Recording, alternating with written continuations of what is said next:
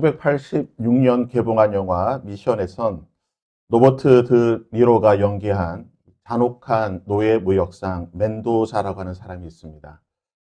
그는 아내와 불륜을 저지른 동생을 죽이게 되는데요.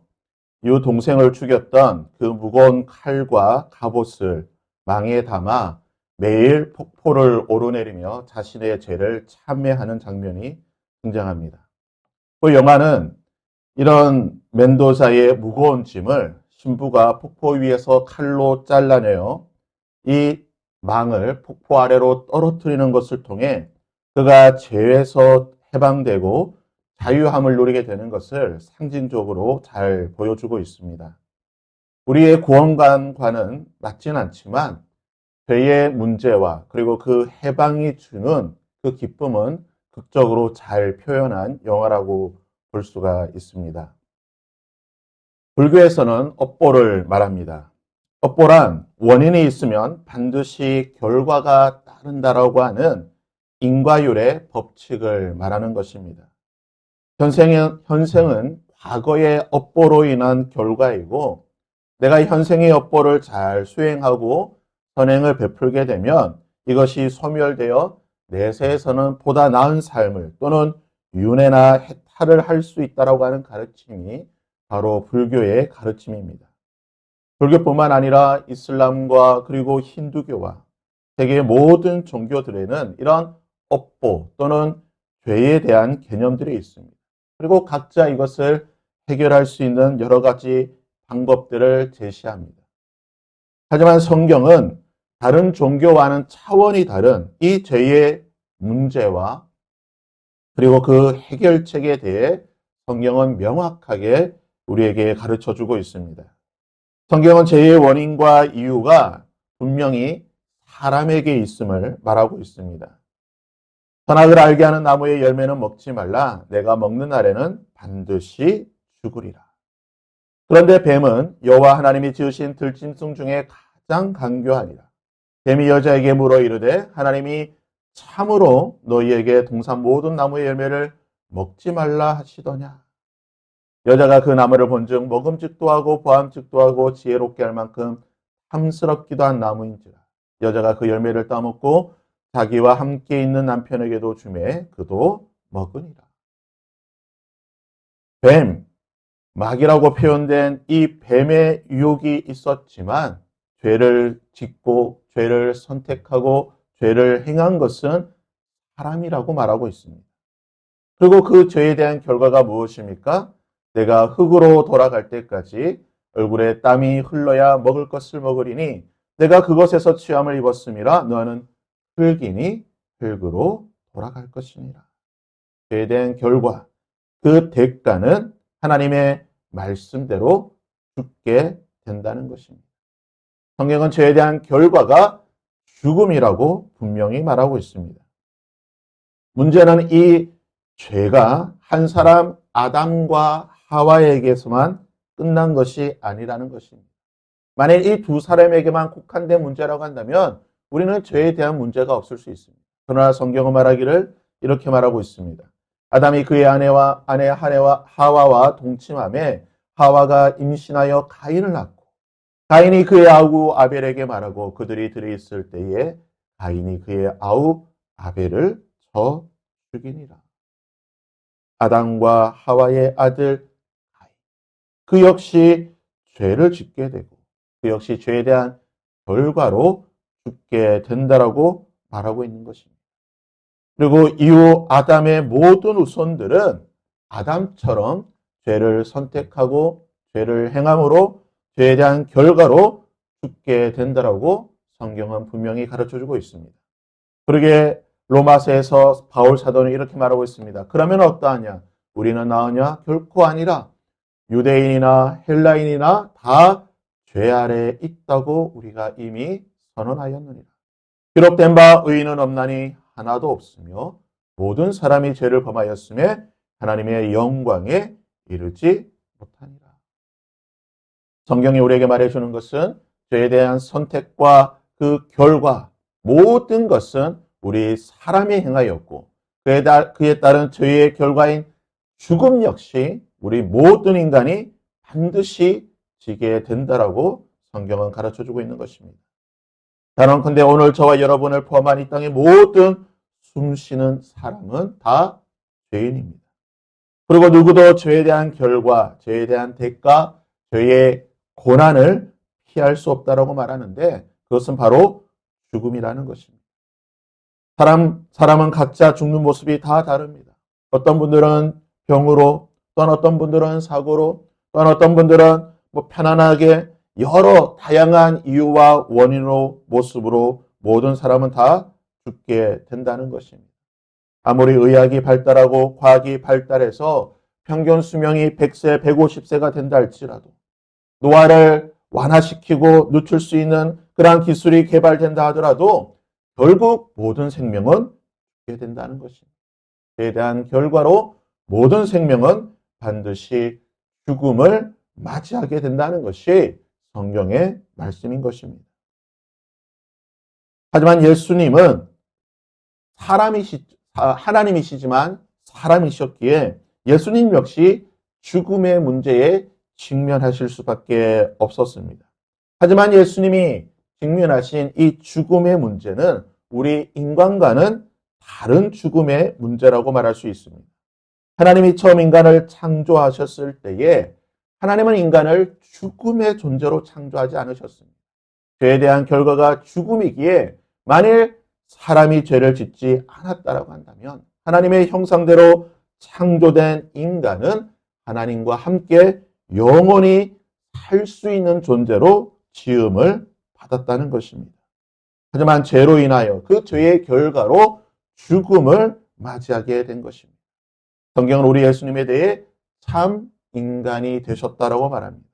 즉 아담이 창조되었을 때에 그 완전한 모습으로 예수 그리스도는 이 땅에 태어나셨다는 것입니다. 그래서 성경이 말하는 것이 무엇입니까? 우리에게 있는 대제사장은 우리의 연약함을 동정하지 못하실 분이 아니요 모든 일에 우리와 똑같이 시험을 받으신 분이로되 죄는 없으시도다. 그는 예수님은 죄가 없는 분이라고 말하고 있습니다. 또한 베드로전서 2장 22절에서도 그는 죄를 범하지 아니하시고 그의 입에는 거짓이 없으셨다라고 말합니다. 예수님은 우리와 같은 인간이셨지만 죄가 없으신 어떠한 죄도 범하지 않으시고 죄가 없으신 참 인간이 되셨다라고 말하고 있는 것입니다. 그러기에 예수 그리스도 아무런 죄가 없으신 예수 그리스도를 처음 본 세례 요한이 예수님에 대해 어떠한 표현을 쓰고 있습니까?